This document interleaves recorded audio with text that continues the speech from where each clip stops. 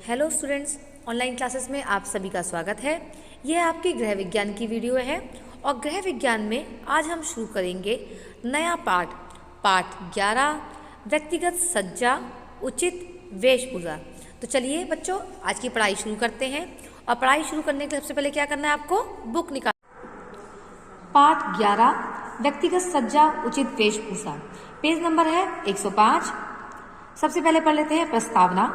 व्यक्ति के बाह्य व्यक्तित्व के निर्माण एवं विकास के वस्त्रों का विशेष योगदान है।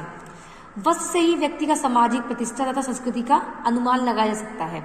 वस्त्र मानव जीवन की मुख्य आवश्यकता है, अतः वस्त्र को समय तथा अवसर के अनुकूल होना चाहिए। साथ ही साथ उस कपड़े को पहनकर हमें आराम भी मिलेगा, अतः वस्त्रों का चुनाव सही ढंग से करना चाहिए। बेडौल शरीर का व्यक्ति भी यदि अच्छे और आकर्षक वस्त्र धारण कर ले तो उसमें एक आकर्षण आ जाता है, क्योंकि अवसर के अनुकूल वस्त्र ही शरीर की शोभा तथा व्यक्ति के आत्मविश्वास की वृद्धि करते हैं। कुछ व्यवसायों में पोशाकें पूर्व निर्धारित होती हैं, अतः व्यक्तित्व निखार के लिए वस्त्र का नमूना, रंग एवं टेक्सचर आदि पहनने वाले की आयु, लिंग, व्यवसाय, समय व ऋतु के अनुकूल होना चाहिए। तो बच्चों, हमारे लिए कपड़ा वस्त्र बहुत अति आवश्यक है। आपको समझ सकते हैं, वस्त्र के अनुसार ही हम किसी की धर्म का या फिर किसी की काम का हम पता लगा सकते हैं। तो वो, लेकिन हमको क्या करना चाहिए, अपनी बॉडी के अकॉर्डिंग और अपने फंक्शन जहाँ हम जा रहे हैं उसके हिसाब से हमें पहनना चाहिए। अगर शरीर उसका वैसा है तो उसके हिसाब से वो पहनना चाहिए। व्यक्तिगत सज्जा से आशय क्या मतलब होता है? आज के युग में समाज में व्यक्ति को अपनी स्थिति के अनुरूप अपना स्तर बनाए रखने के लिए विभिन्न कारकों का ध्यान रखना पड़ता है। यह सकते हैं कि व्यक्तिगत योग्यता, गुण तथा कार्य क्षमता के आधार पर ही व्यक्ति की स्थिति एवं पद का निर्धारण होता है, परंतु आज के युग में व्यक्ति के बाहरी व्यक्तित्व का भी विशेष महत्व स्वीकार किया जाने लगा है। व्यक्तिगत सज्जा का अर्थ है किसी व्यक्ति के शरीर की बनावट। यह मानवीय स्वभाव की विशेषता है कि प्रत्येक व्यक्ति अपने आप को दूसरे की दृष्टि में सुंदर, आकर्षक दिखना चाहता है।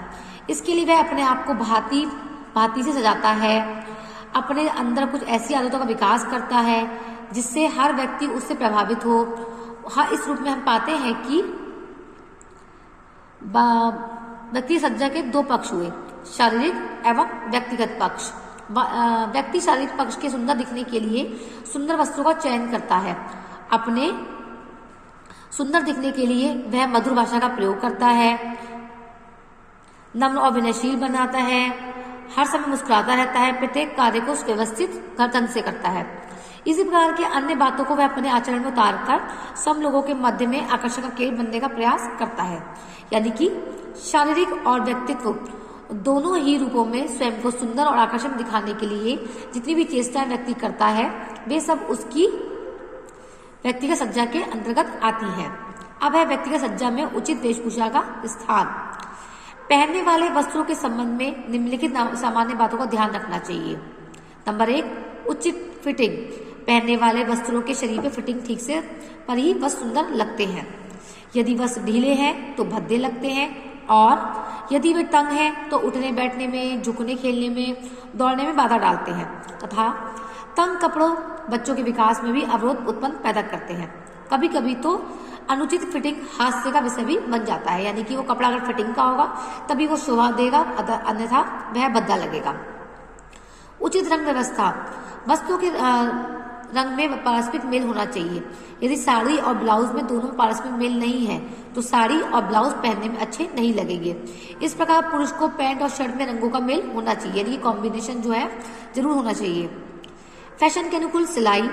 वस्त्रों की सिलाई प्रचलित फैशन के अनुसार ही होने पर वे अच्छे लगते हैं। जो फैशन हो उसके अकॉर्डिंग ही ड्रेसअप बनवाना चाहिए। मजबूती।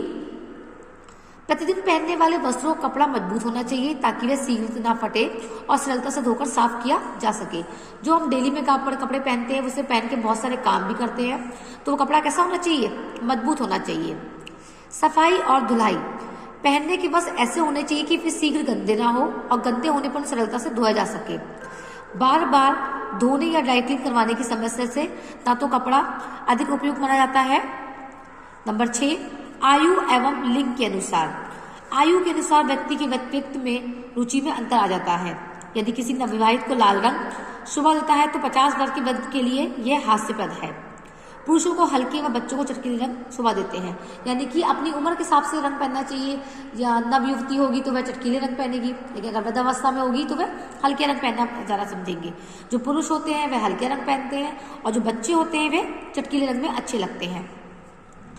मौसम के अनुसार वस्त्र खरीदते समय सर्दी गर्मी मौसम का पूरा ध्यान रखना चाहिए। गर्मी पहनने वाले के वस्त्र हल्के रंग के तथा नमी सोखने वाले होंगे। सर्दी में ऊनी व मोटे कपड़े व गहरे रंग के वस्त्र अधिक उपयुक्त रहते हैं। जैसे कि इस समय सर्दी है तो इस समय वूलन क्लोथ जो ऊनी कपड़े होते हैं वही उचित होते हैं। वस्त्रों के चयन को प्रभावित करने वाले कारक कौन कौन से होते हैं? जैसा कि स्पष्ट किया जा चुका है कि व्यक्तिगत सज्जा तथा व्यक्तिगत निर्माण एवं विकास में व्यक्ति की वेशभूषा का महत्व होता है। व्यक्ति की योग्यता, फुहरता, उदारता तथा कृत्रिमता आदि का अनुमान उसकी वेशभूषा से लगाया जा सकता है। अनेक बार तो केवल वेशभूषा एवं बाहरी सज्जा को देखकर ही व्यक्ति के मानसिक स्वास्थ्य का भी अनुमान लगा दिया जाता है। कुछ मानसिक विकारों में व्यक्ति अस्त व्यस्त वेशभूषा धारण कर लिया करते हैं। कुछ ऐसे असामान्य व्यक्ति बेमेल वेशभूषा की धारण भी करते हुए देखे गए हैं, जैसे कि पजामे के साथ कमीज पर टाई लगाना, घूमना। स्पष्ट है कि वस्त्रों का चयन एवं को धारण करने का ढंग में विशेष महत्व होता है। प्रत्येक व्यक्ति विशेष रूप से गृहिणियों को वस्त्रों के चयन के नियमों को अवगत होना चाहिए।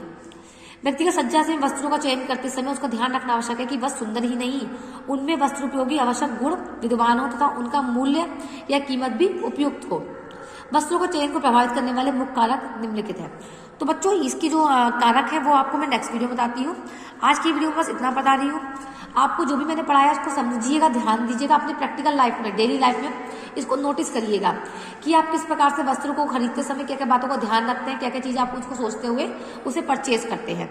ठीक है बच्चों, आज की क्लास में बस इतना ही। हम लोग फिर नेक्स्ट वीडियो में मिलते हैं। तब तक के लिए बाय बाय।